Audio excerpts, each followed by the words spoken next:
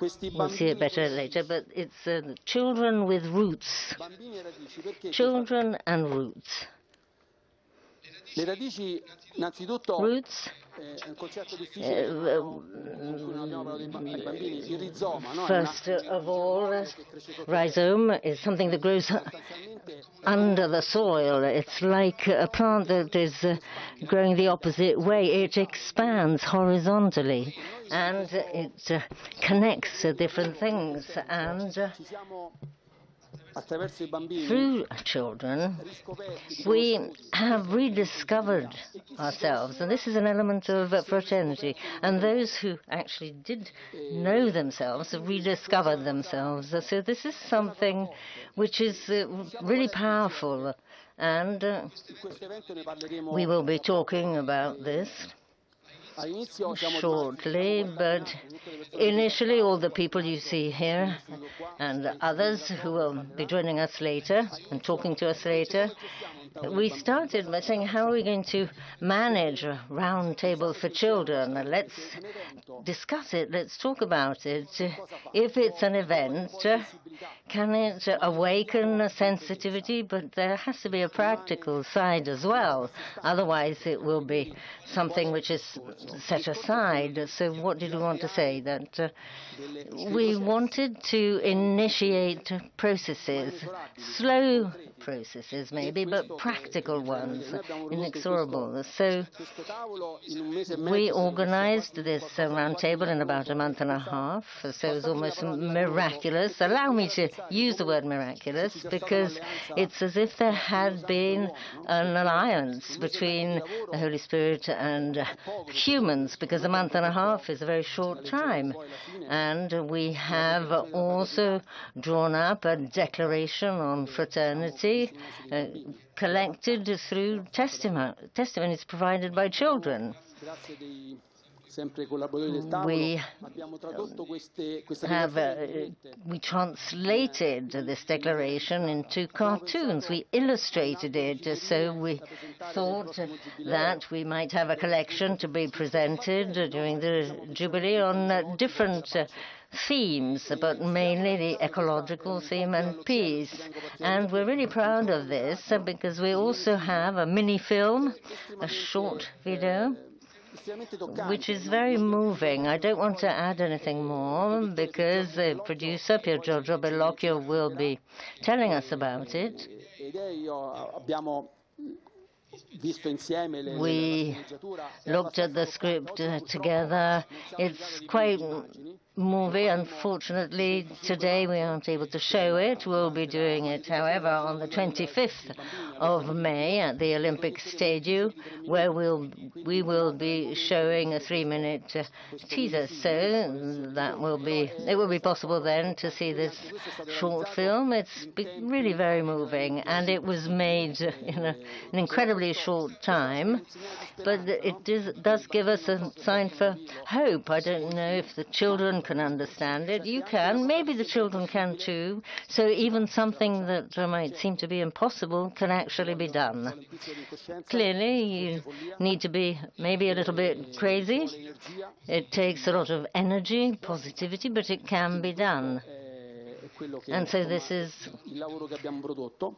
the work we have produced, and then there's also a project I'll be talking about later, Mrs. Enoch, but it is a project that has to do with a virtual network, a telemedicine connecting hospitals all over the world to help children in need.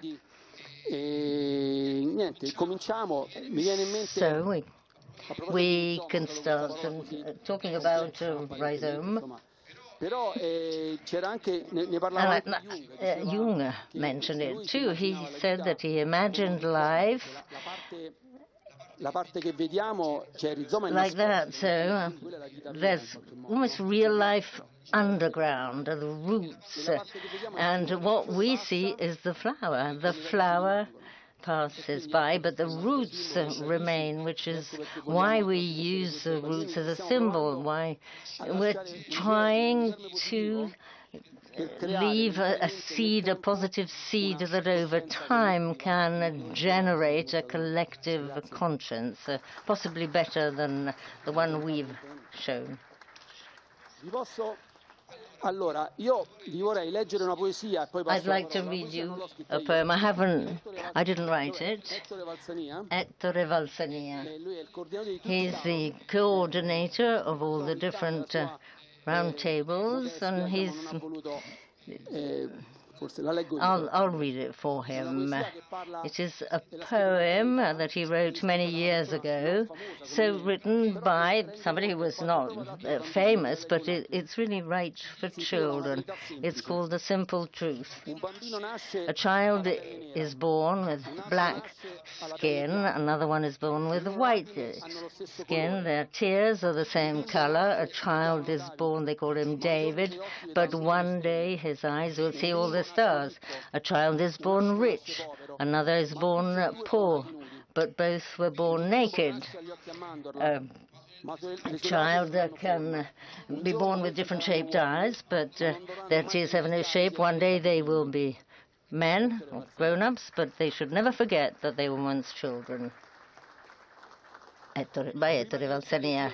Before starting with the speakers, we have a last-minute surprise, a very pleasant surprise, and this gives you an idea of how complicated things are. We have been brought the relics of Don Puglisi. He was a priest who was killed by the mafia in 1993. This is a gospel. You see that it's taken on this color.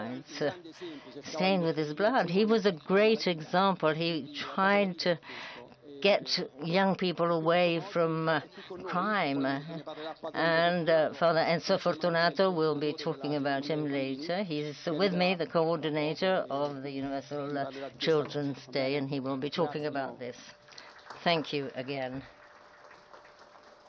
Allora, la parola a Umberto Mondini. I'll give the floor to Umberto Mondini, professor of history of ethnic religions in Larnaca in Cyprus. He's a great friend. He is my retired commander. He's a professor,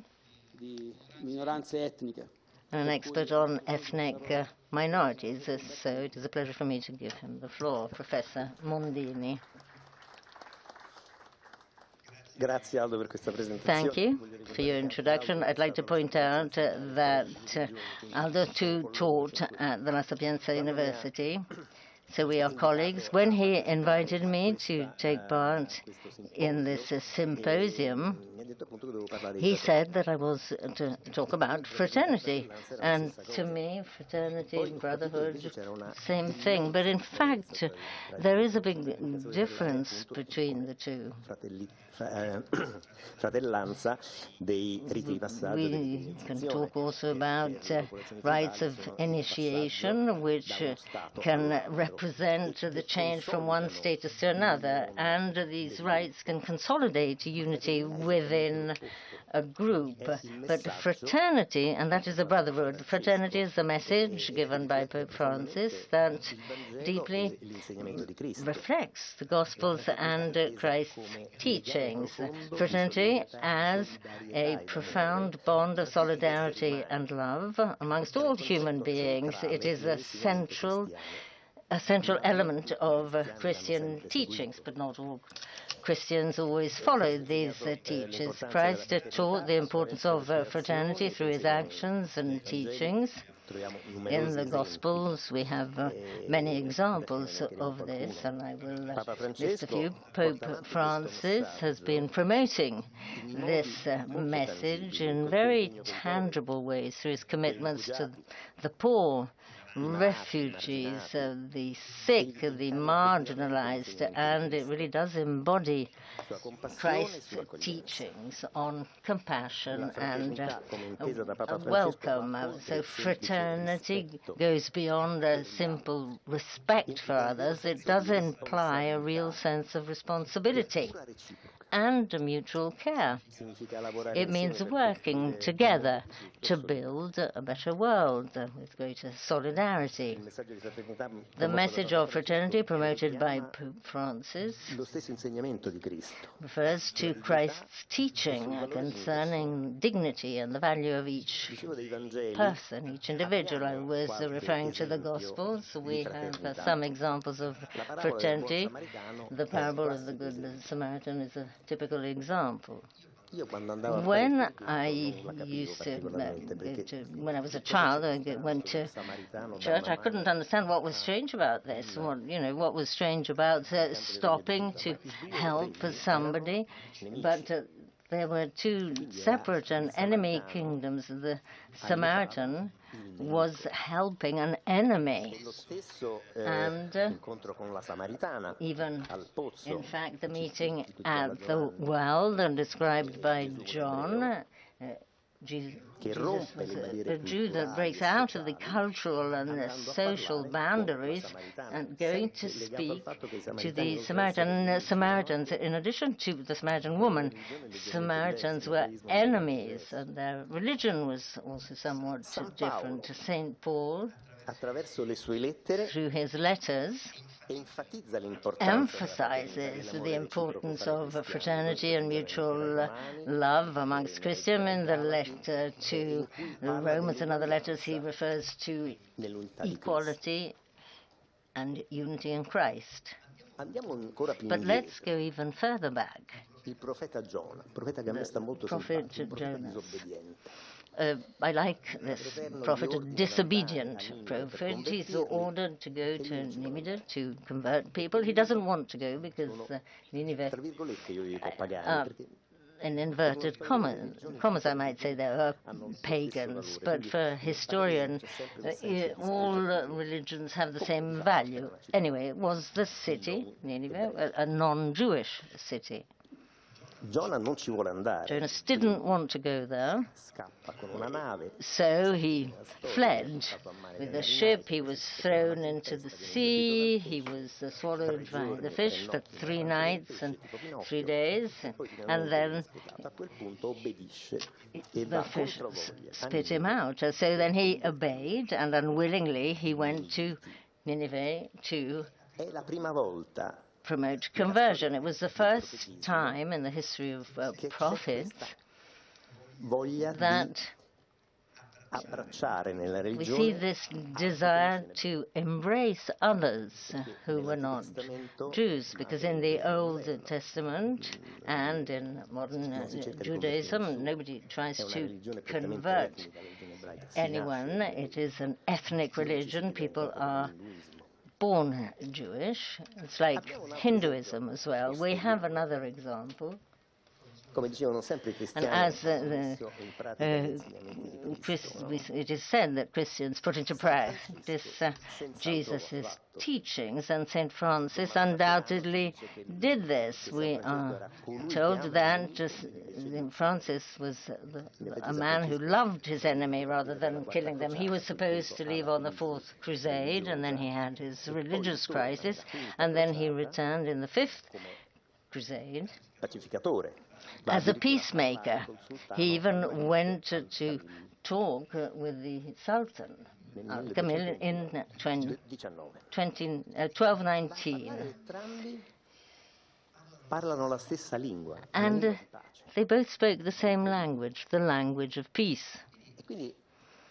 It's incredible. So the meeting between the two took place in an atmosphere of mutual respect and openness to dialogue, and it would be wonderful if this were to happen again today. So this was an example of how it is possible to find common ground, build bridges, even in very different situations. Now, very briefly, let's look at passage rites.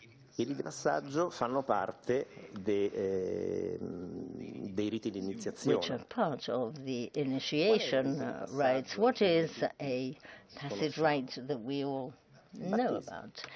Baptism.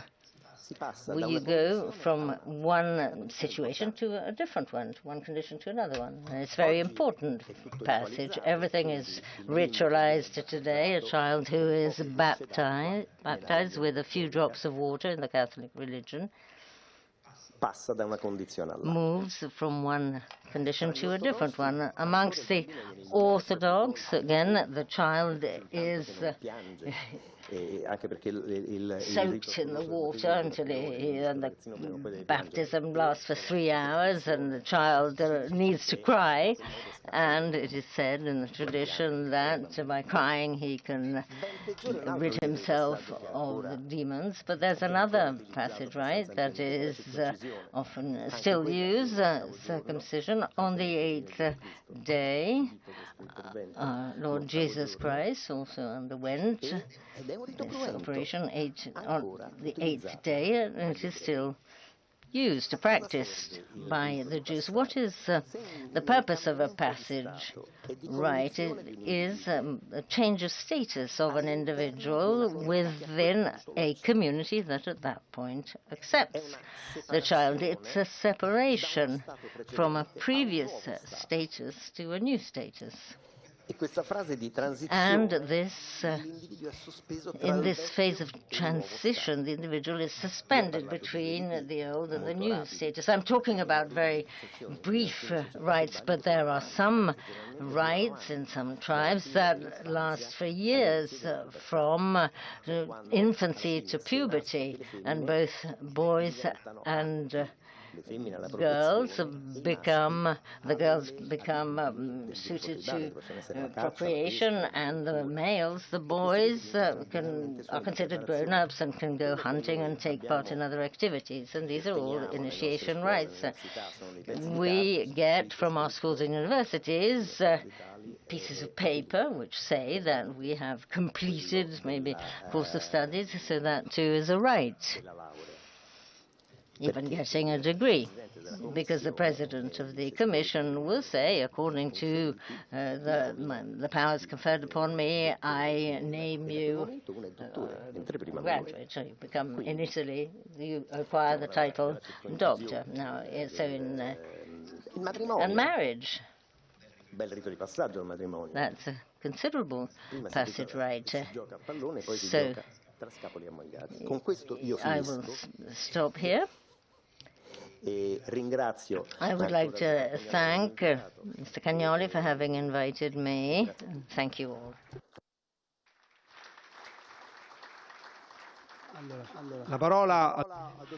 And I would like to give the floor to Mr. Marco Impagliazzo.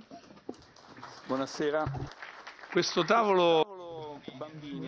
Good evening.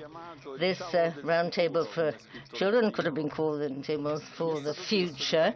I've been asked to talk about children and war because the suffering and death of young children shocks all societies. The war considers children as adults and deprives them of the specificity of infancy with all its rights. It is a huge, unmeasurable scandal, and Jesus too uses very strong words.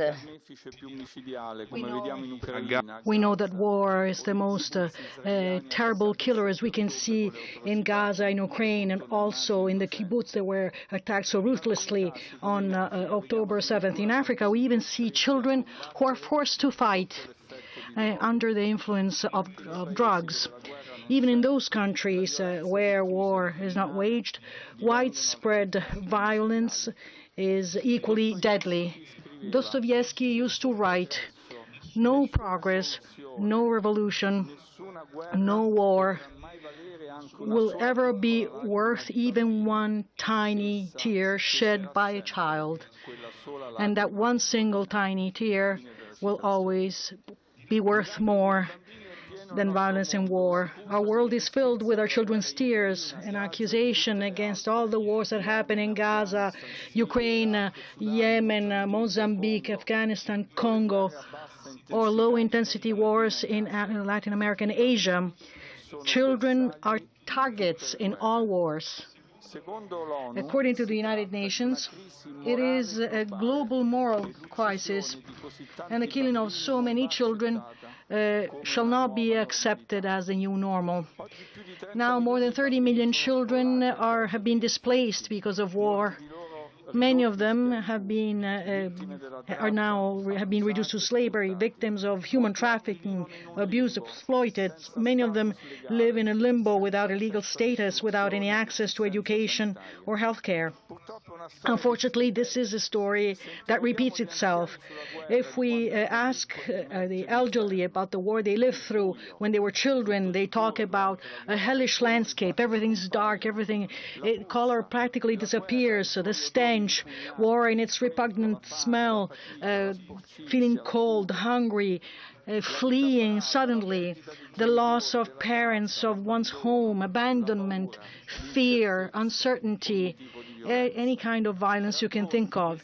The stories that we hear from the elderly give us the motivation to do whatever we can to prevent war from happening. We can all do so, rising up to defend peace as a way to defend time and future possibilities. We better understand the value of peace in the words of children, or the words of those who remember the war when they were children. This encounter between grandparents and children, on which Pope Francis insists, teaches us exactly this aspect. The lost years, looking at the world through the eyes of those who have experienced war as children, makes us understand the value of life. Even if there were very little, children see, children understand. They already have clear in their mind the difference between good and evil, war and peace, between violence and kindness. We are becoming accustomed to the suffering of children. This is a very serious question. Unfortunately, this seems to be the case in many situations. But in this way, we end up getting used to this absence of future, this empty and eternal present time, the reiteration of our own selves, this lack of vision. Every child is a sign of novelty in a time that is being emptied out of meaning and fraternity. A world that chooses war only looks towards the past and does not want to renew itself. Perhaps this is why the words and initiatives of peace are lacking. Those words and ideal gestures that favor union, that have nourished entire generations. How can we find all this and recover all this? This is another reason why we're here, to listen from the children, to talk with them about these problems, because their suffering is an unbearable burden. Their gaze and their tears can reawaken us from the gray slumber of adult men and women who are blind and deaf, taken up by their own selves. Peace is not just a naive ideal. It's the dream of our children, who are asking for that future that they are afraid might be taken away from them. Novelty and future that save us all. Thank you.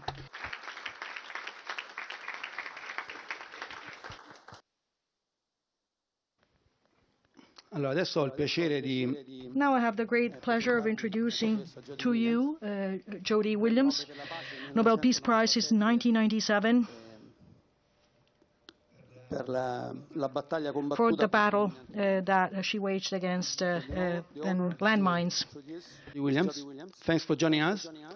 And I have just a quick question for you, if you like. Well, I remember last event was in November 2023 with Padre Enzo Fortunato and Marco Impelezza as well. We organized a meeting with we brought 8,000 people to the Holy Pope, and one kid, he just went with a question, quite harsh. Yes, he said, well, it was from Syria, I believe, and he said, why there is the war? Kids are dying, and the adults do not protect us. Say why? Could you answer for us? Thank you. Can I answer you? Oh, I have this thing. Is somebody going to translate this? Sure. They do. Do they all have headphones? Yes, they are. I think they are in the. Do you have headphones? I don't want to speak if nobody understands me.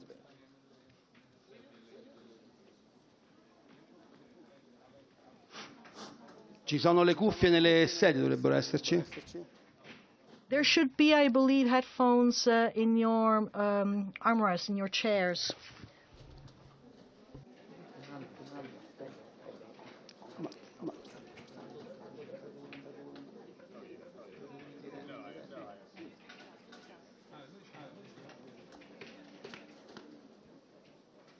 Le avete trovate? Have you found the headphones? Okay. So carry on. Do you all have headphones? Yeah, but not everybody. Canale 1 è per l'italiano delle cuffie, va bene? So channel 1 is for Italian. If you want to Live translate as I speak, I will stop. I've done this a million times. I'm not kidding. Do you speak Italian? You want to come up here and get a microphone and translate? You can do it. I'm good.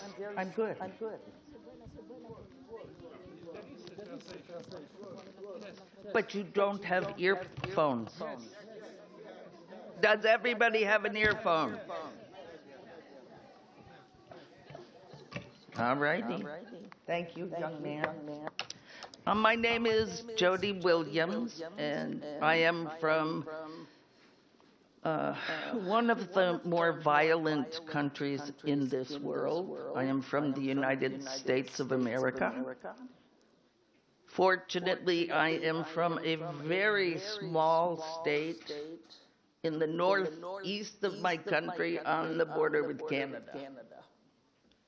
But my country has been a warrior nation since it was born. And it was born out of genocide. It was born out of the killing of the Native Americans who populated the country, what is now the country, for generations and generations, and then lived off slaves trafficked from Africa. It is not a glorious past. It is still a checkered present, and we don't know about the future. Mr. Biden, I'm going to get to peace in a minute, don't worry. Mr. Biden, since almost the beginning of the genocidal acts against the Palestinians, started saying to Mr. Netanyahu of Israel, "Oh my God, you have got to stop killing civilians. You have to. We're getting worried about how many people are dying." And then the next day, he would send them bombs of war. I'm Mr. Netanyahu. What am I going to listen to? Oh, we're worried. Or am I going to go, yes, give me the bomb. People do not have to grow up that way. How you choose to live your life is really something you choose, in my view, in the actions you take every single day, if you think about them. You know, somebody bought, I'm not Mother Teresa, let me put it straight out. I am not like her. I can be mad. I can be mean. I can be like a normal human. But if someone is nasty to me, I can make the choice. Will I respond by also being nasty, right? And raising the bad emotions? Or can I just try to negotiate? Or I could just turn around and walk away.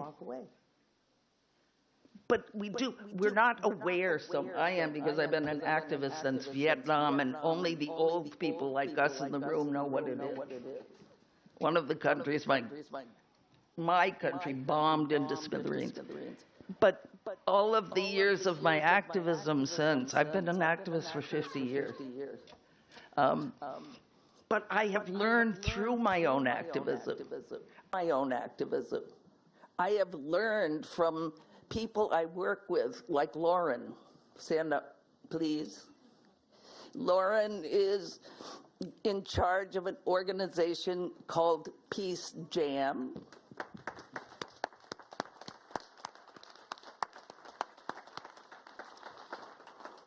$14 Nobel Peace, you may sit.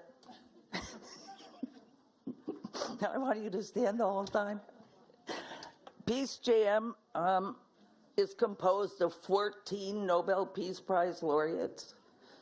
The first two were Archbishop Desmond Tutu from South Africa, who was a dear friend, and His Holiness the Dalai Lama, who is also a dear friend.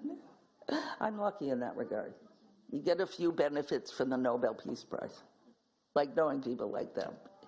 But they started this organization, Peace Jam, jamming for peace, right? Come on, let's jam with music, let's jam for peace.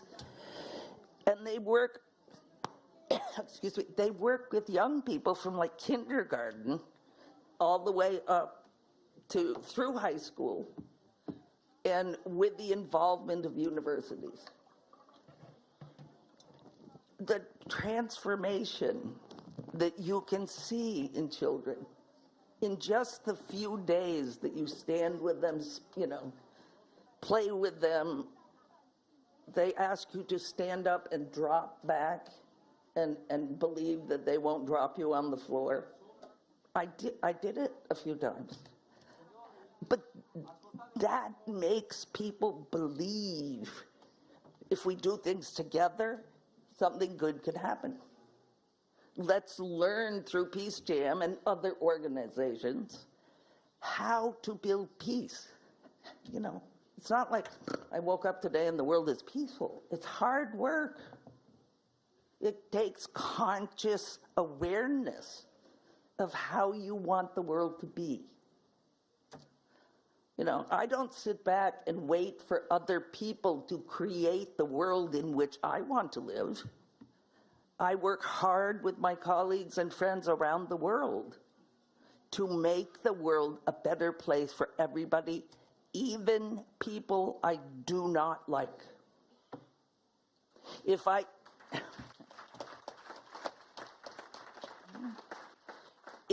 only want the world to be better for my friends, it's like a political party, right? I want the world better for everybody, including myself. That's why I say I'm not Mother Teresa. I want to live in a lovely, peaceful world where people are safe and secure, where we look at human security, not national security. National security rests on bombs, violence, and war. Human security is a totally different way of looking at the world. You look at everybody in the world, more, not personally, and you recognize that if the basic needs of all of us are met, right? Not everybody has to have the Vatican or a mansion or a huge bank account like Bezos and all those horrible people. But if everybody everywhere in the world has access to water, food, a house, doesn't have to be a mansion, work that pays them enough so they can raise their own families, imagine how security could be. Because then you're not fighting each other over the little bit that there is. And we can teach people that. And we can say, it is okay to be angry. Today I hate your guts, I mean, sometimes I do, and I am, unfortunately, I curse a lot. My mother, Ruth, is 93 years old. She's still alive. She's hilarious. She is the daughter of Mariana Bertolino, born in Italy. The north, in the mountains. But my mother, when I curse, I use the F-bomb, my favorite word. My mother goes, Jody, Jody, Jody, please don't do that. You tarnish your Nobel image. I burst out laughing and tell her, you know, F you, Mom, I love you. But one can get angry. One can be nasty some days. I'm not always nice, am I, Lord? But that doesn't make me a bad person. If I step back and I reflect, okay, why did I get so mad?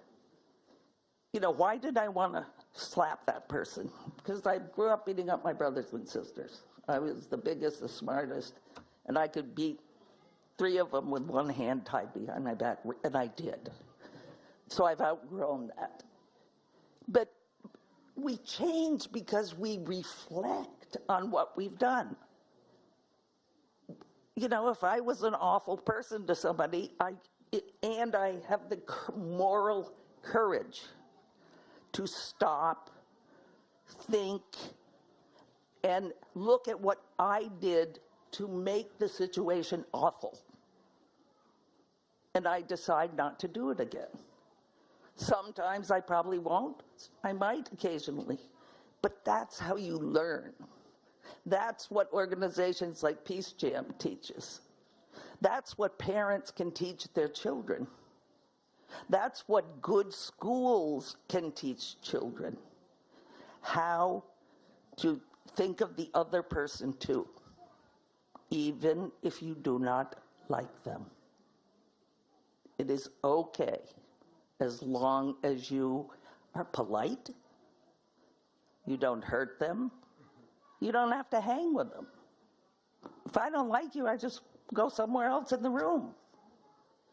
But children have to learn, have to be taught that they have those choices, that it's okay as long as you're not mean, as long as you don't hurt one of the ones you don't like in your classroom. Just move yourself to the other side of the classroom and don't be mean. It sounds easy. It's not that easy.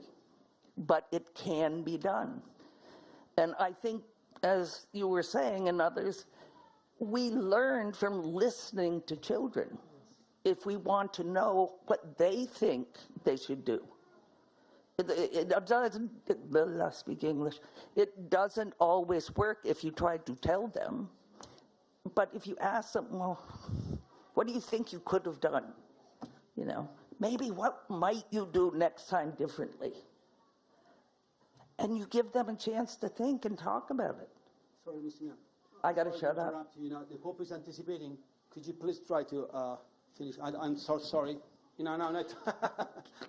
I was going to be funny and say, can't he wait a minute? I'm joking. Anyway, listen to your children, teach your children. It's worth it. Thank you.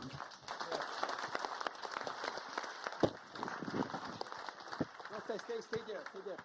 Stay with us. Adesso, grazie. Thank you a lot. Thanks. Don Giuseppe Castelli, a nome del Dicastero dell'Istruzione, ci porta i saluti del Cardinale Tolentino e la sua preziosa presenza. Prego. Grazie, buon pomeriggio a tutte e a tutti. Io sono lieto di rivolgere a voi il più caloroso benvenuto a questo speciale tavolo che è dedicato alle bambine e ai bambini e che è intitolato Generazione Futuro.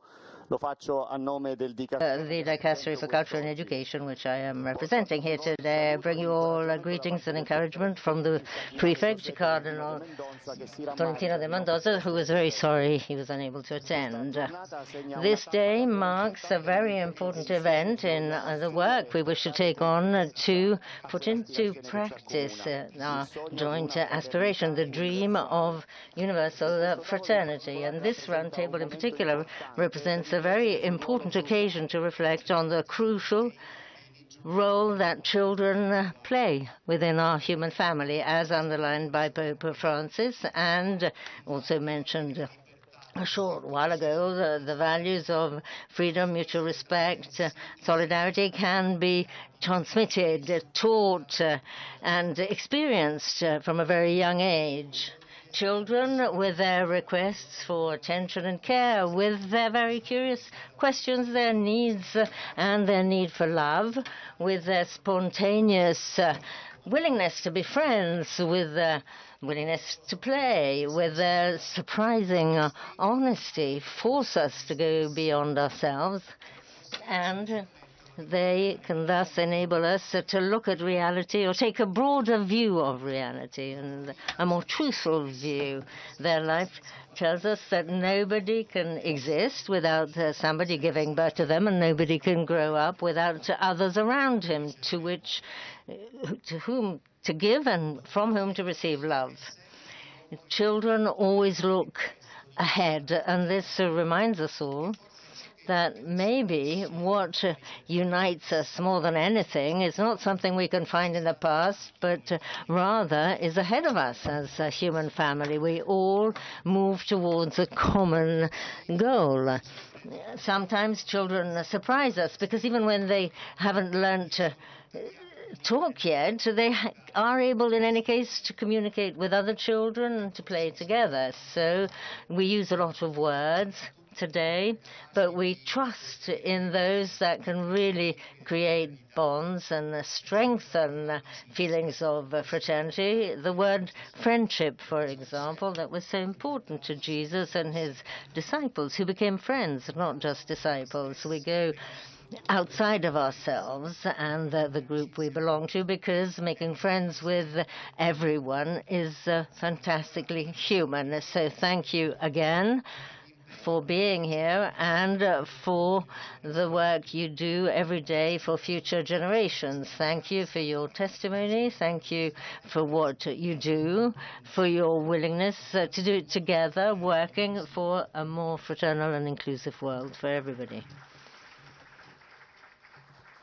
The Holy Father always surprises us, and he is again early today. I'm a captain, an airline, so I need to change the agenda. We will talk together, but the Holy Father has arrived, so let us give him a very warm welcome.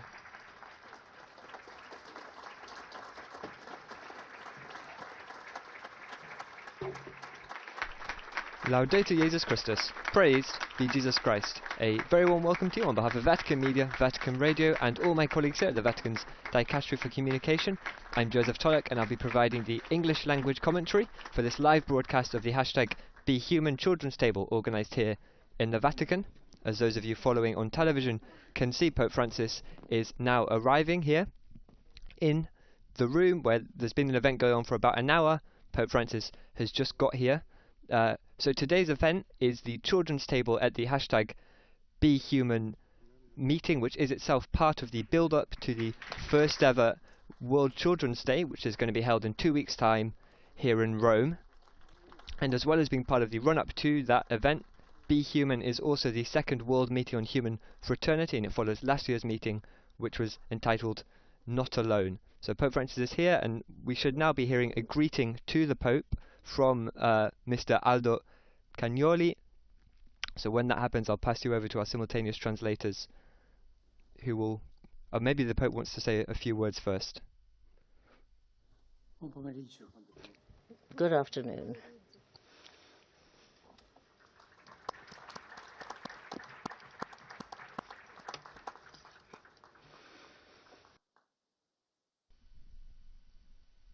No, dico. Vuole parlare subito? Facciamo una piccola introduzione? Possiamo? Sì. So the event will now be introduced by Mr. Aldo Cagnoli, and again I'll pass you over to our simultaneous translators. Thank you. You're filling this hall with light by being here. Thank you on behalf of everyone. Thank you for the honor. Many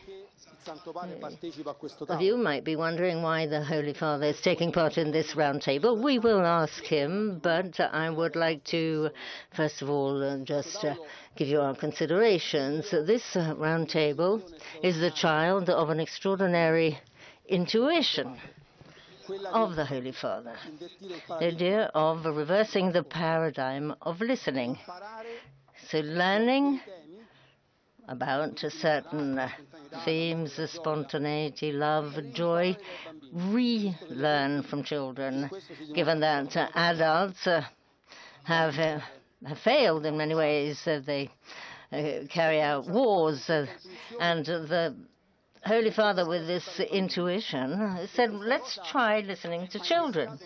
And this triggered a lot of different movements. The Holy Father, often with his messages, his appeals, he always draws attention to the start of a process. And in this process, we welcomed his request and we initiated the process. I myself, together with Father Enzo Fortunato Marco Impagliazzo, first of all, we organized a meeting with 8,000 children from all over the world. They came last November to meet with the Holy Father. It was a wonderful day. And we heard words, this interaction, the connection between the Holy Father and children was wonderful. And he liked this. He liked this initiative. He liked it a great deal, and so this process led to the Universal Children's Day. And another intuition, and I might say that it was a brave intuition on the part of Cardinal Gambetti, who decided to add this 12th round table, which also has very strong symbolic value. He organized this meeting on fraternity, be human, involving the children. Brave because this is a very sensitive topic. Children are very sensitive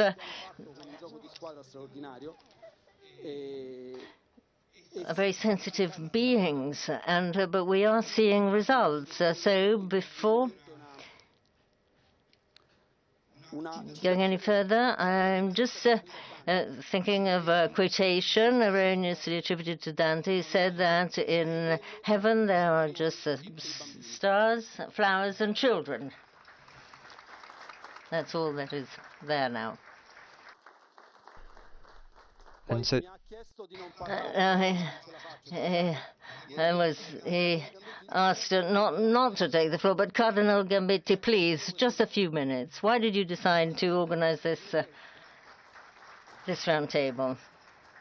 The Holy Father, well, Aldo is a captain, so he likes to order people about, but we wanted to rediscover with the children, we wanted to rediscover ourselves as children, looking into children's eyes, looking at the way children act, can help us rebuild or build a fraternity, because as children, as far as we remember, we were extremely spontaneous. We didn't calculate anything. We just met others. We didn't judge beforehand. We were just happy to meet and to play with other children. So this is why we wanted to organize and have this round table, so that we can all rediscover the child within us, so that then we can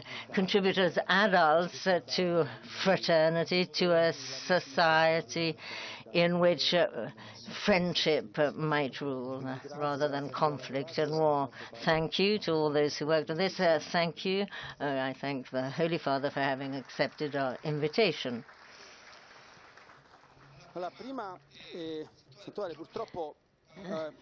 Unfortunately, I have to tell the Holy Father, given that this was such a very sensitive issue, there's a group of scientists who have asked to speak to you, and we've decided to give them a few minutes. They will come in a few minutes time, but these scientists, well, you will have to put up with this. It might be a bit boring, but please, be kind enough, have mercy on us.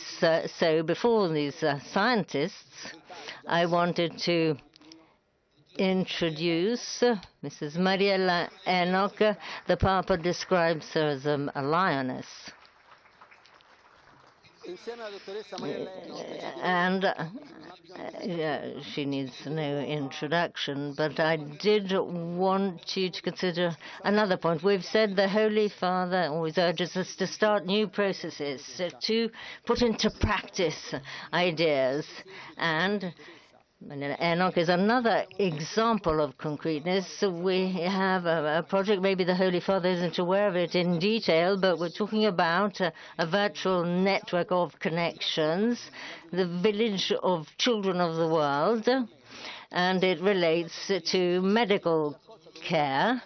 There will be a collection center. We will be able to work with very important foundations in order to then take real action concerning the needs of these children, involving very important hospitals. We're hoping in the Bambin Gesù, Gaslini, Santa Lucia, other hospitals that might wish to join in this brilliant project. I'll just give the floor to Mrs. Enoch, who will be explaining the project. The project stems from the fact that we know there are so many children in the world who need care.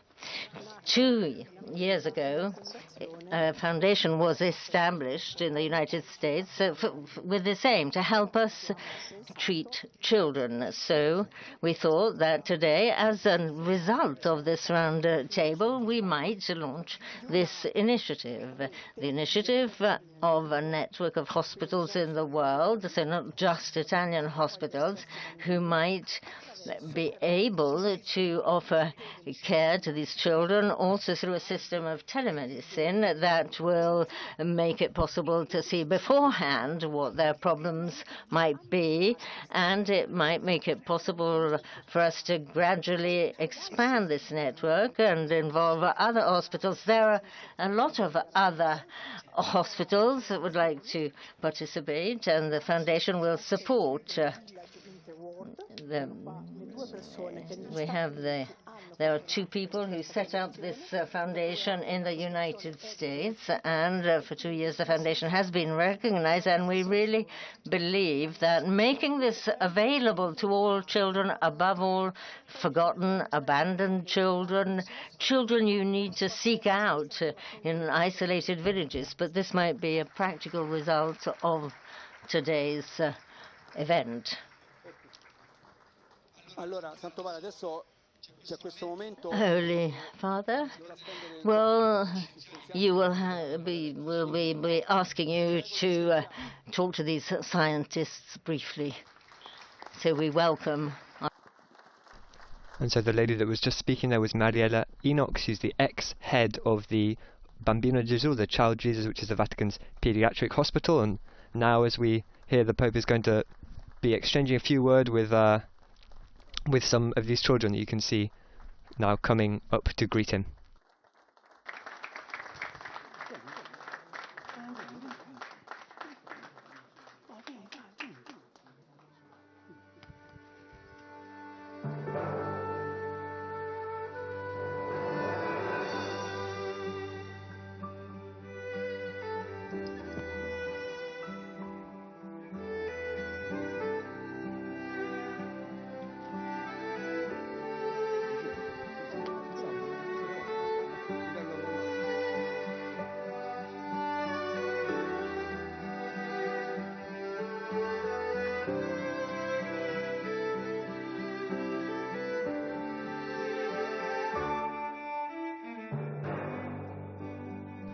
And for any of you who are following us via radio and so not able to see the images that we have in front of us right now, these children are coming forward. Some of them are waving hello to the Pope, and they're putting what looks like words on a tree which has been left here in the middle of the room.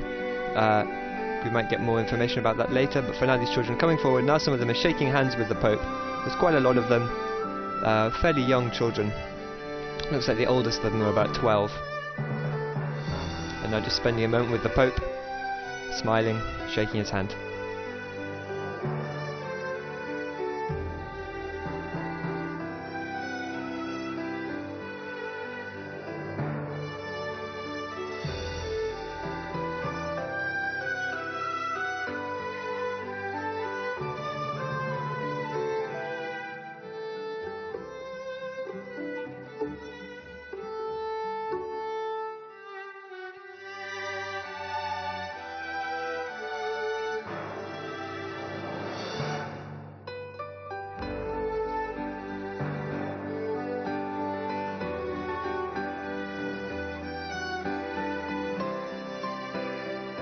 Yeah, and so each of these children are holding in their hands little pieces of paper with, presumably, I think, things that they've written on them, and this is, some of them are now handing them directly to the Pope, these little sheets of paper with a few words written on them.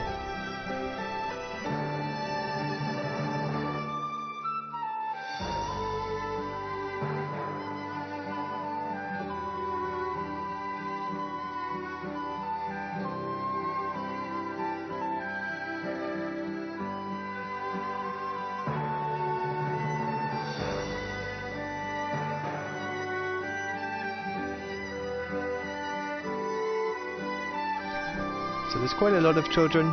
They're all still coming forward, shaking the Pope's hand. Some of them have kind of gone behind where he's sitting and sort of surrounding him on all sides.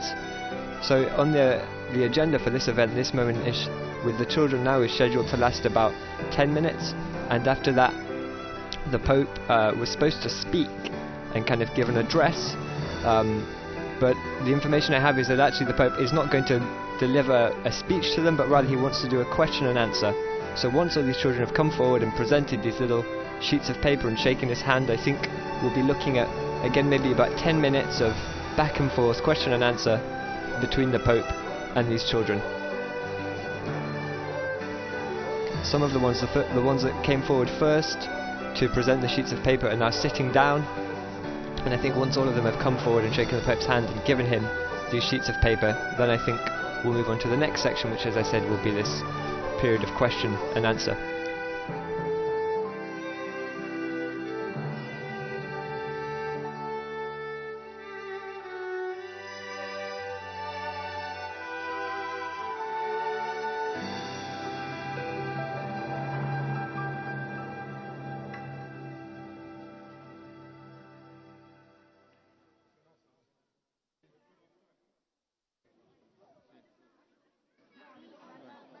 And so as the Pope receives these and continues to receive these little sheets of paper, maybe just it's good to give you an overview of what we can expect from the rest of this event. So as I said, once the children have all greeted the Holy Father and sat down, the Pope will speak to them, have a question and answer. After that, roughly we're looking about maybe 5:30, the director of a film, so the name of the director is Pier Giorgio Bellocchio, and he will talk a little bit about this film and probably show a demo from the film. And after that we'll move towards the conclusion of the event.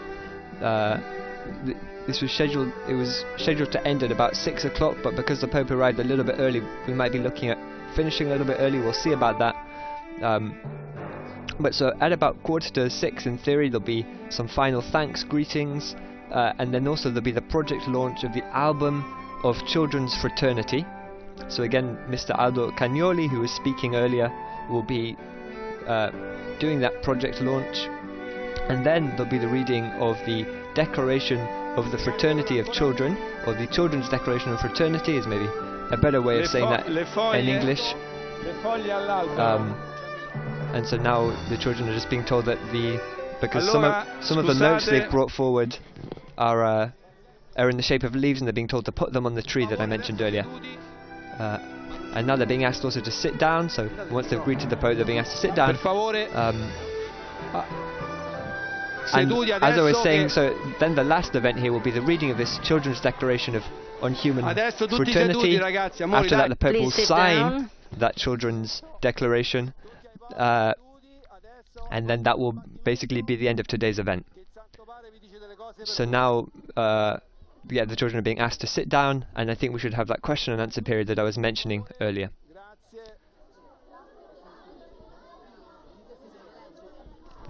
The Children's Declaration on Human Fraternity is going to be read out by Thomas Leoncini, one of these many children that are gathered here. For those of you that can't see the images, it looks like there are, I'd say, at least 50 of them, probably more. And now they're all beginning to sit down. I said earlier that the oldest ones are 12, but actually I can spot a few of them that are definitely older than that look like they're teenagers. So we've got really a whole mixture of ages here. And they're now being very strongly advised to sit down by the organisers. But some of them are still delivering drawings to the Pope. Other ones are putting their little leaves with messages on that tree in the middle. So probably just a few moments now as we wait for the last children to get sat down.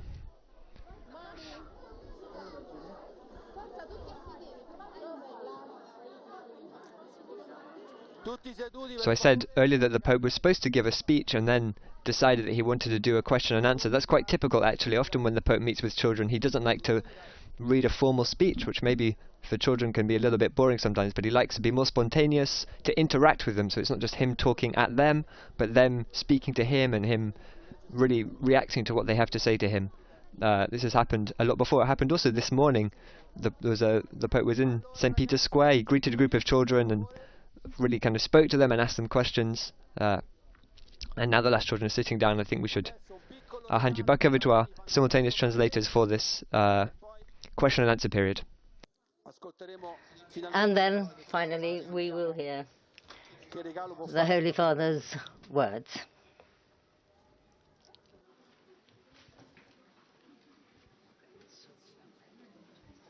Ok, può partire.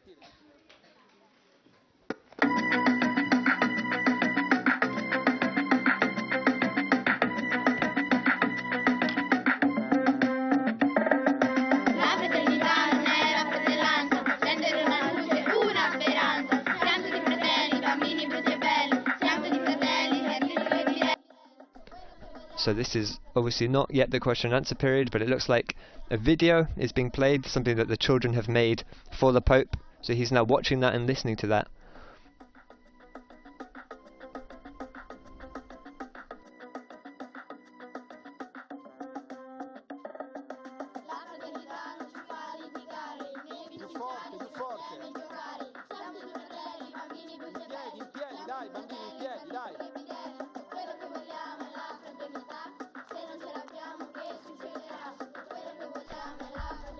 The children are now on their feet, most of them clapping along. This is a song that they've recorded for the Pope. Some of them have also taken possession of the chairs right next to the Pope, so they've forced some of the officials to their feet and they've kind of taken over those chairs right next to the Pope.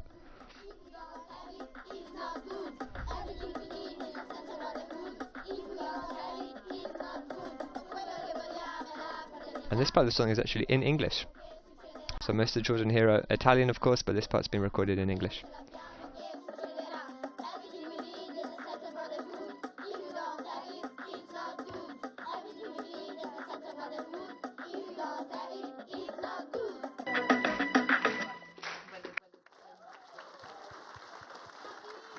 So Pope Francis gives a thumbs up to that song. Now we give the floor to the Holy Father.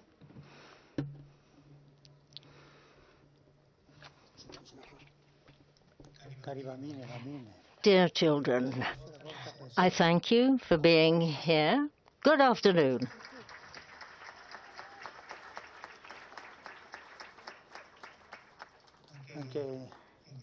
I thank also the captain here. It was a good takeoff. Congratulations. And now I'd like to ask a question. Let's see who is the bravest and who's going to answer. What is happiness?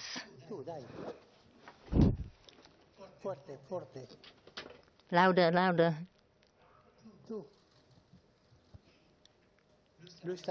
He's thinking.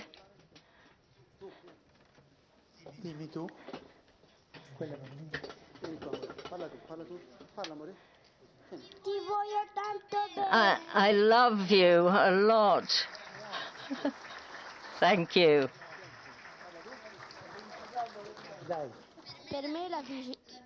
Happiness in the world, to me, means being united, being a single family, God's family.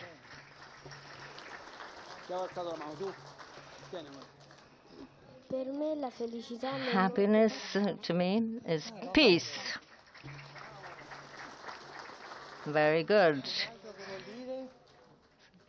Someone else? Someone else who's brave enough to speak out? I love you, Pope.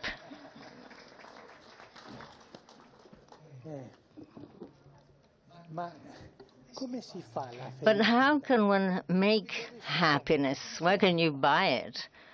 How can you make happiness? Louder. Making peace. But I asked a question. Where can you buy happiness?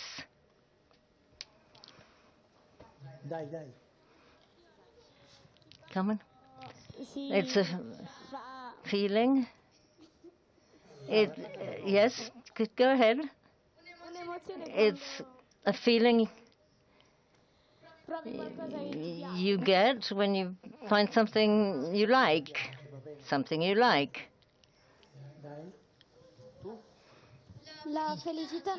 You can't buy happiness. It comes from us. Well done. I'm asking. He gave a good answer.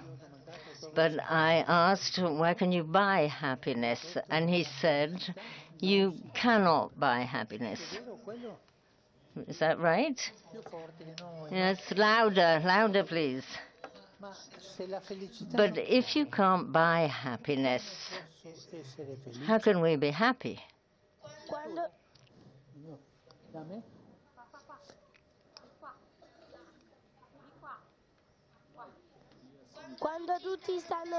When everybody is well and feels good. That's something, that's one element, and more.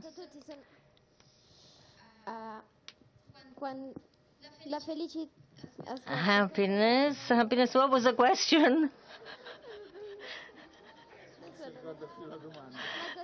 What was it? How can we be happy? Well, for instance, if I have a nice gift or something. Another answer, there's lots of children over there who've raised their arms, raise their hands. When we make peace, we're happy. With the kind words. Kind words. That's very nice. Now, if one person insults another, can they be happy? No. I'd like to ask all of you, if you insult somebody, can you be happy? No, I can't hear you. No.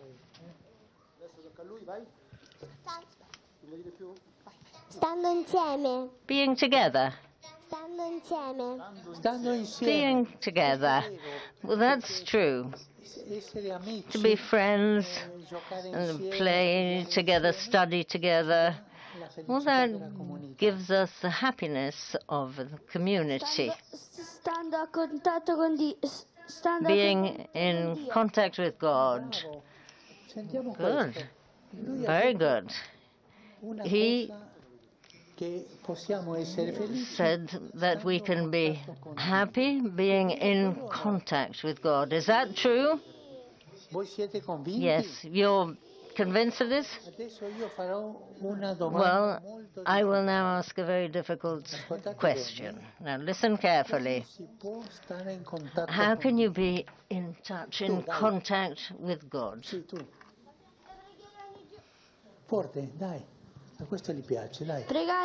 By praying every day. Praying every day. And I'd like to ask you over here.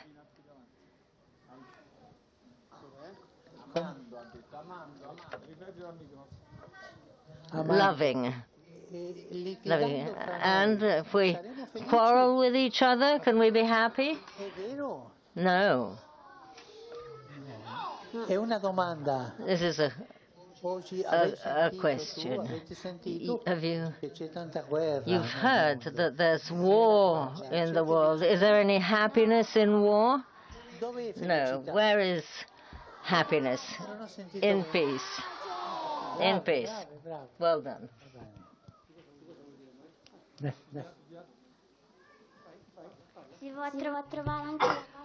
We can find peace by praying, for instance.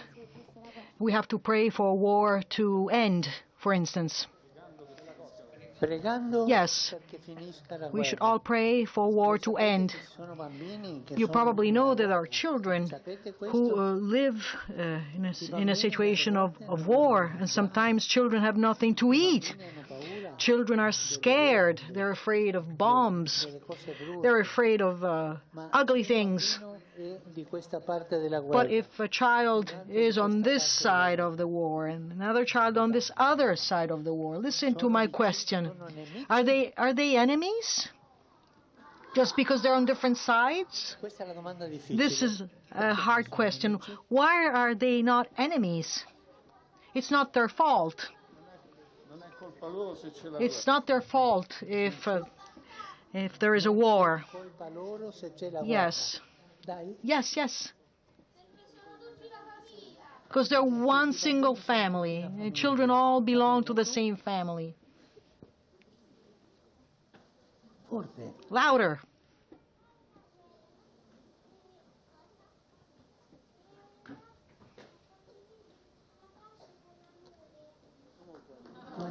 I couldn't hear.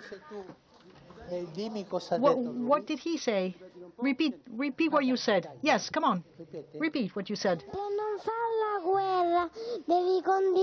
You have to share peace with love in order not to have war. Holy Father, a child wrote a question for you. You ready? I wanted to ask you to pray for my grandmother. I cannot see him. He asked me to pray for his grandmother. And I would like to ask you, do you have grandparents? You have a grandmother and a grandfather. Just one. And now, all of us then. All of us, silently, let us pray. Hail Mary for our grandparents. Okay? Ave Maria, grazia il Signore è con te. Tu sei benedetta fra le donne e benedetto il frutto del tuo seno. Santa Maria, prega per noi peccatori, adesso e nell'ora della nostra morte. Viva i nonni! Hooray for grandparents! Yay! Viva i nonni! Let's cheer for our grandparents. Are there any more written questions that you have prepared? Written questions, I mean. Do you have one? Where is it? Do you have any more questions? Come here. How can we become friends? How can people become friends? Well, first of all, you have to think well about other people. What is the first step? You have to think good things about other people. If you think badly, evil of other people, can you ever be friends? No. That's true. Well, I would like to thank you. Thank you for this. I don't want to bore you. I don't want to bore you with my questions, so thank you for everything you are doing. Let's move forward. Let's go forward. Let's say it together. I can't hear you. Thank you. Thank you all. Thank you.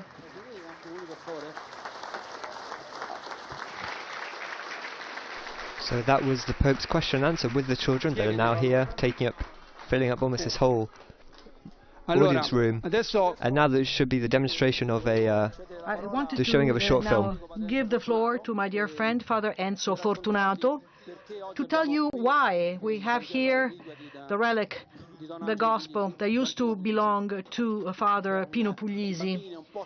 The children cannot fully appreciate what this is, but this is a very powerful and important sign. And I would like Father Enzo, very briefly, to tell us his story. Thank you. Holy Father, One of the first times we met, when you suggested that we organize this World Day of Children, we spoke about a number of signs. I was with Marco, with Angelo, and we were thinking about the gospel.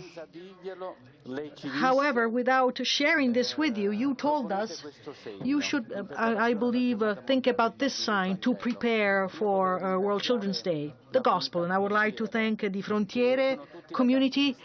They're all street children who live in Mola di Bari, together with Father Giuseppe, and they will attend World Children's Day, together with many children of inmates, children who were picked up from the streets. This gospel used to belong to Father Pino Puglisi, and he was holding this gospel when he died, and when he was buried with the gospel, and when basically they exhumed his body, this gospel was intact, and it's a wonderful sign. If we're imbibed with the most revolutionary word in the world, we will change the world, imbibed by and with the gospel. This is why we have this important sign here with us.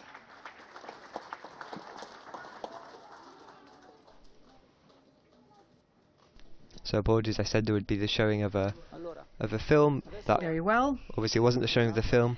Now we may have another small surprise. But it sounds like there's going to be another surprise event. No, so now this is the presentation of the film, so let's listen in through the simultaneous translators. Very effective teamwork that we have put in place under the supervision of Cardinal Gambetti.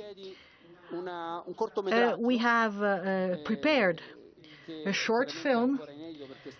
Has not been published as yet, it's not been finished yet, and it tells a very powerful story that's related to the topic of friendship, fraternity, exclusion, and it is a short film that is dedicated to Be Human and also to this event and also World Children's Day. It's a short film that will act as a bridge between these two events, and I would like to give the floor to my good friend Pier Giorgio Bellocchio.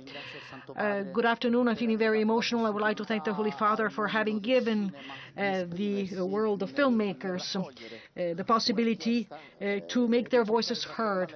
We've seen the request. We try to turn this into a story that can be enjoyed by everyone, especially children. It's a very short story.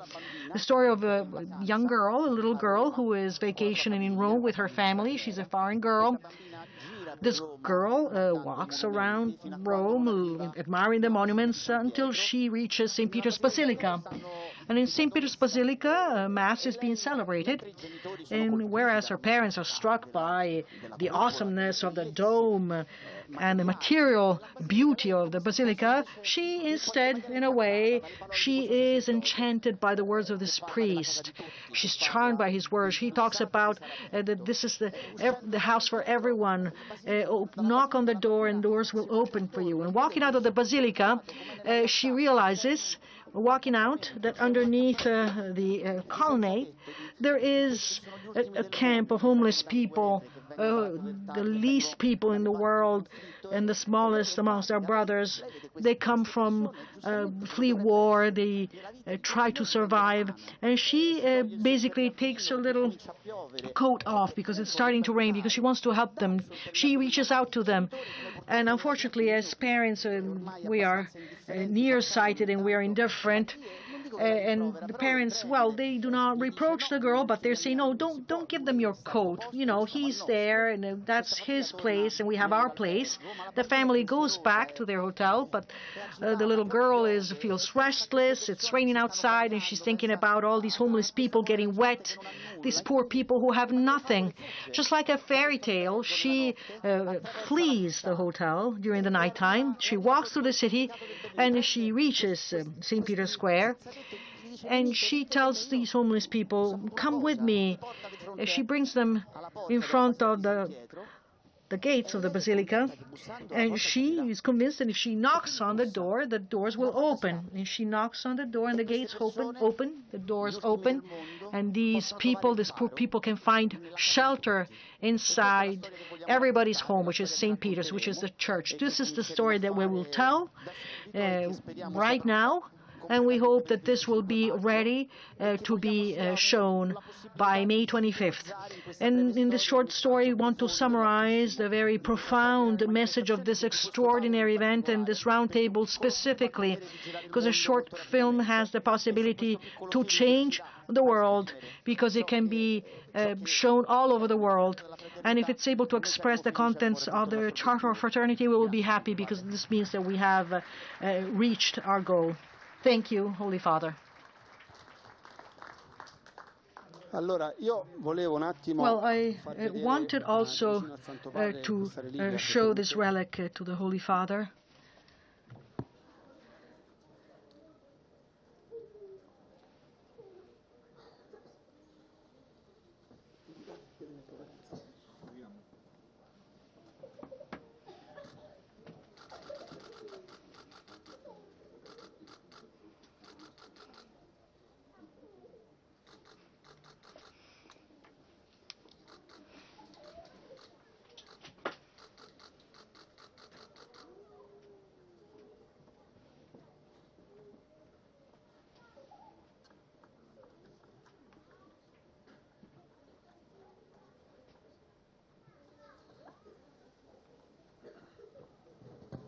So we saw the Holy Father there kissing the gospel of the priest that was mentioned earlier. And now I think we should be seeing a brief demo of the film that was presented earlier. Now, this is perhaps the pivotal moment in this event.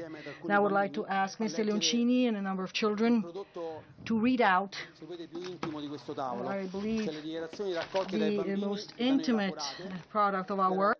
And so apologies, it looks like we won't actually be seeing a demo from the film. The film will be shown in 2 weeks at the World Children's Day.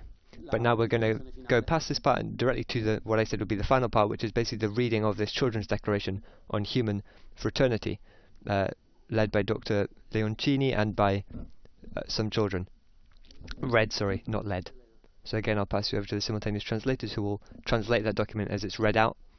And then afterwards, as I said, Pope Francis is expected to sign this declaration. So just a moment now before this Children's Declaration on Human Fraternity is read aloud here. If you want to see that film when it comes out, by the way, I'm sure that we'll have information about it when it comes out on our Vatican News website. You can find that at www.vaticannews.va, and there, I'm sure, when it comes out, we'll have the link to that film. Now I'll pass you back over to the translators. Three friends and myself have the honor and onus of reading this declaration that was prepared by children all over the world. What does it really mean to live in fraternity? First of all, you must understand that we are like the roots of a centuries-old tree. We embrace each other underground without even realizing it, in a silent alliance of life, supporting each other against the storms of time. And what would a tree be without roots? The roots of our humanity sink into the fertile earth of solidarity, grow in the garden of encounter, flourish in the peace of creation, and require continuous care, constant attention, and incessant work in which we must all discover ourselves as attentive gardeners. Our roots remind us that, despite the diversity of the branches, we share the same life, the same dream of a world in which love is the only fruit that can really make us happy, because as the Argentine poet Bernaldez wrote, what the tree has allowed to blossom lives on what is buried beneath. For this reason, we invite every adult and every child to plant seeds of hope and sprout actions of tenderness. We synchronize our hearts to the rhythm of the world because we are travelers on the same path, seekers of the same truth. We are one human family, and together we can build a planet in which love breaks down every barrier and where fraternity is the mother tongue of all. Tocca a te. Non tocca a loro, ora tocca a loro. Continuano i bambini. We really believe in dreams. As children, we dream of a world in which everyone, truly all of us, can have a place to feel at home. A place where we can be ourselves and be seen, loved, welcomed, and supported. We dream of a world in which every child in every part of the world can live in a place where peace reigns and where it is possible to grow, study, play, and be free and happy.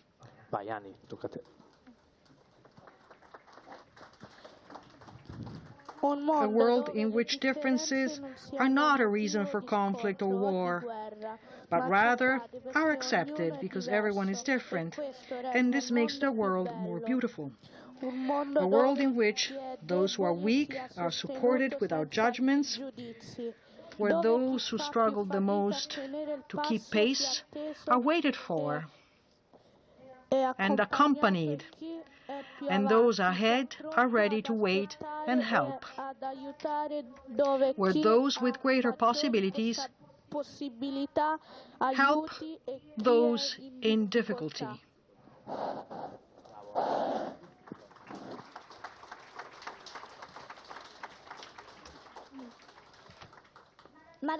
But we can't do it alone. It is also up to you. We want to see adults with positive and serene relationships based on welcome, inclusion, dialogue, respect, forgiveness, and solidarity. We want to see that you are capable of free friendship, the kind that helps others to scale the mountains of fear, sadness, difficulties, and loneliness. Show us that sincere friendship overcomes feelings of overwhelm, isolation, and the fear of feeling inadequate.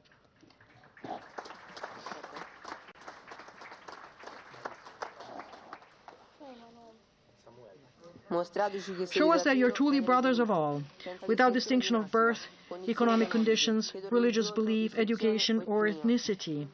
We're ready to be friends with everyone, just as Jesus, who is our most special friend, taught us. Help us to fulfill our dreams in a better world, where we have the possibility of a future, without the future gradually destroying all our dreams. Let us travel together with you, the adults who accompany us on this path of peace and understanding, of fraternity and growth, of welcome and hope. Only in this way, when together we allow ourselves to get our hands dirty with earth and we allow our hearts to be filled with the sky, will we find ourselves happy and we will discover ourselves to be truly human brothers of all and guardians of our common home. Signed, Children Around the World. Thank you. So that was the Children's Declaration on Human Fraternity, read aloud there by some of the children that helped to write it. And before closing symbolically with a signature by the Pope on this declaration, I would like you, Holy Father, we have the honor of having here. When we talk about fraternity, we talk mainly of peace.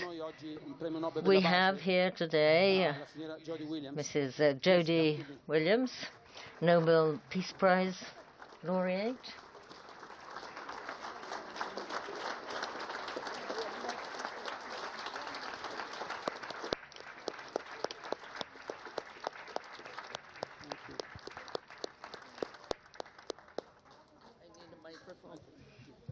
We have a present for you.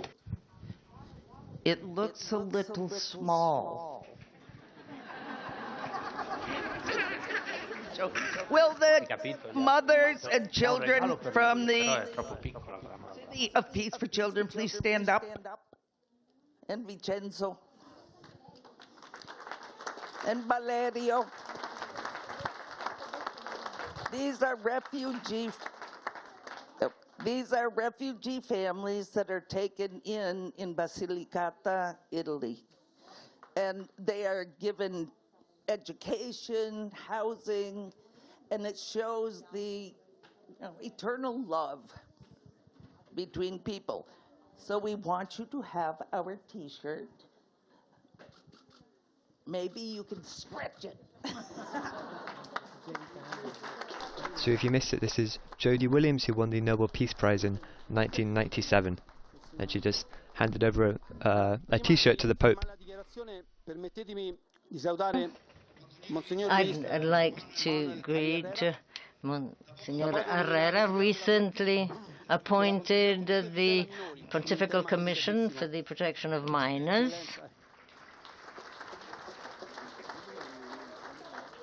And please allow me, and we also need to learn to apologize, and I would like to apologize to the speakers who were unable to take the floor, because there have been some changes that were a little bit complicated to manage. So Professor Mara Matta from La Sapienza University, you've worked with Cardinal Parolin on immigration from Afghanistan. It would have been lovely to be able to listen to her, but it hasn't been possible. But also a friend from Save the Children, who's really helping us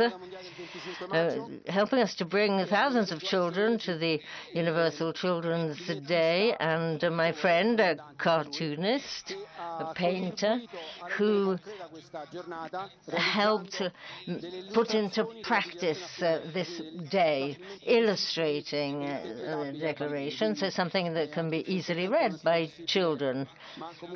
Thank you for being here, Giovanni, and thank you all. But before signing the declaration, one final question.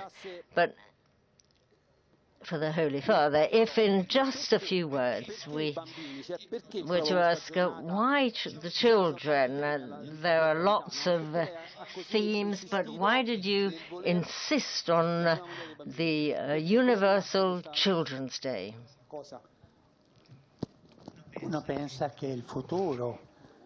Well, one thinks about the future of mankind, and one thinks that the future lies with adults who might do one thing or another, but that is not the case. The future of mankind is in the two extremes, in the children and the old.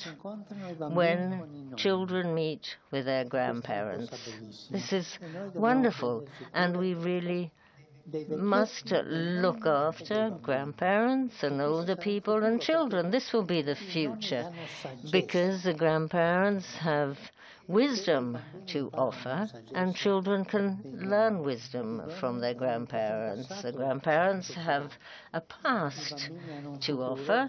The children have a future that receives from the past. And I think that it is really very important to help children grow and develop. But there's something more. I was once reading a spiritual writer, a spiritual author, who said that he wanted to be in God's arms like a child in the arms of his mother. So I'm looking at this child. This child doesn't defend himself. This child sleeps. He feels safe because he is lying in his mother's arms. And that is the way we should be with God. We should feel safe in God's arms, like a child in his mother's arms. Let's see if you've understood. So how should we be with God, like a child? Sorry, I didn't hear. A child in his mother's arms. Never forget this. With God, be like a child in his mother's arms. So look at this child here. He's lovely. He's sleeping, feeling safe. So let's give this child a round of applause.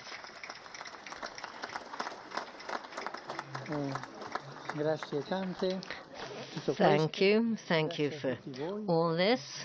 Thanks to all of you. I thank the Captain. And now let us hope that you can give us a soft landing and we can move forward. Thank you. Adesso andiamo all'atterraggio. So let's prepare for landing, because we always have to land. And just some final words.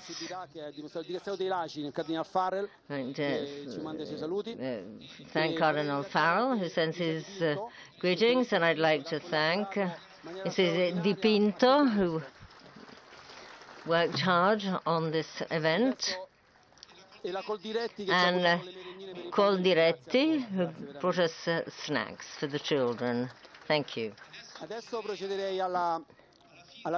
So now we will have the signing of the Declaration of the Fraternity of Children, to be signed by the Holy Father together with the children.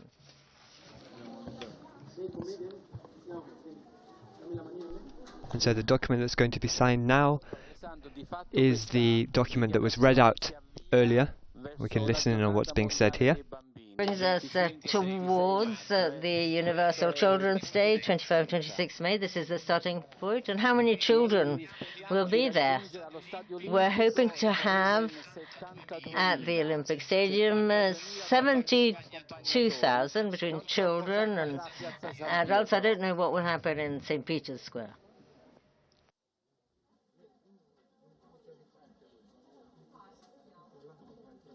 So as the Pope signs this document, maybe I'll just read out the first line, which I thought was very beautiful. So the first line of that document was, "What does it truly mean to live as brothers and sisters? First of all, it means understanding that we are like the roots of an ancient tree. We embrace each other underground without even realizing it, in a silent alliance of life, supporting each other against the storms of time." And so that's the Children's Declaration of Human Fraternity, which the Pope has just signed. And we're heading now towards the end of this event, which, as I said at the beginning, was the part of the preparation for, and the Pope is just saying a few words. I give you my blessing. God bless you in the name of the Father, the Son, and the Holy Spirit. Amen. Thank you. Thank you, and see you soon.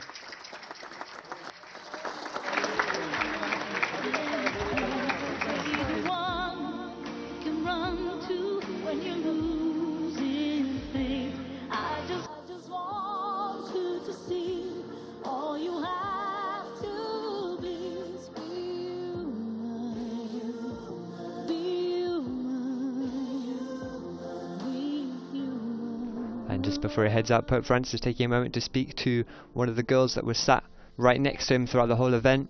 Looks like she asked him something, he gave her a quick blessing, and now they're continuing to speak. Pope gives her a thumbs up.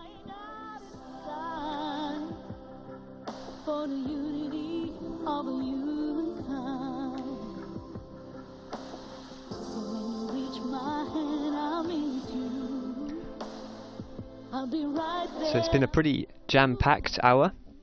We had the Pope arrive a little bit early. There were some greetings from Aldo Cagnoli, who's kind of been the MC. He's been running this whole event, and a quick speech from Cardinal Mauro Gambetti.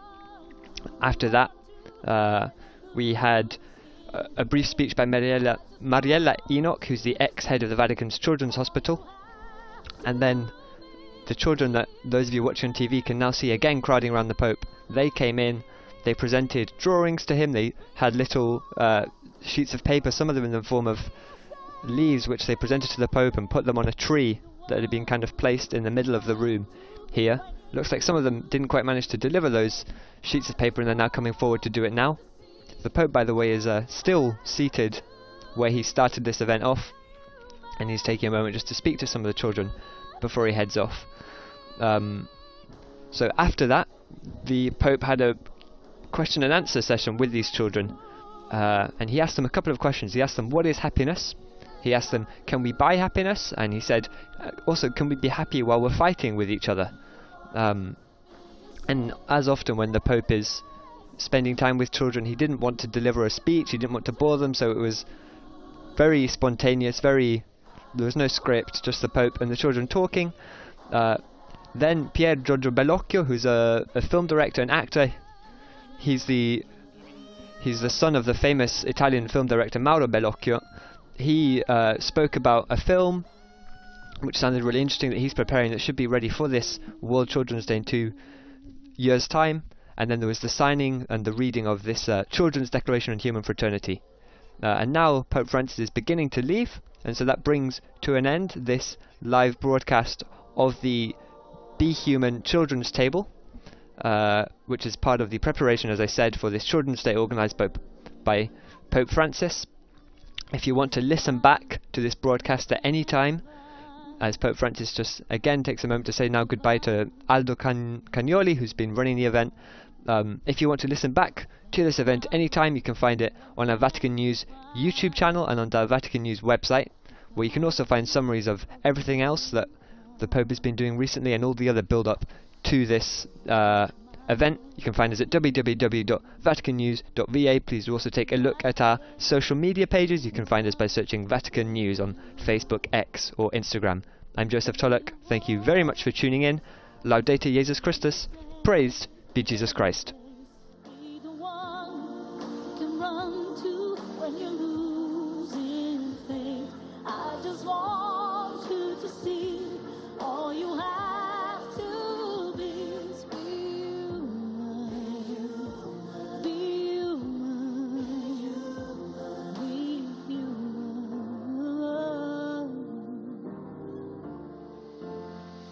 There's a grace that is good and pure in the face of the pain endured.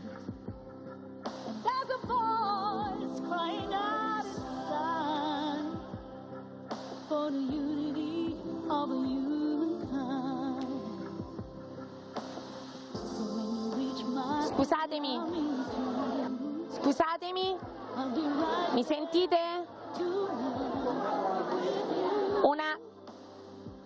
To be your voice, be your safest place, be the one you can run to when you're losing faith. I just want you to see all you have to be.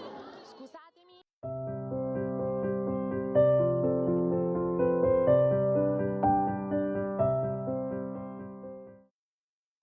10 years of sharing the peace of Christ. Shalom World, God's own channel. Every story starts with a word that encompasses the story itself. A word that enhances the passion behind it.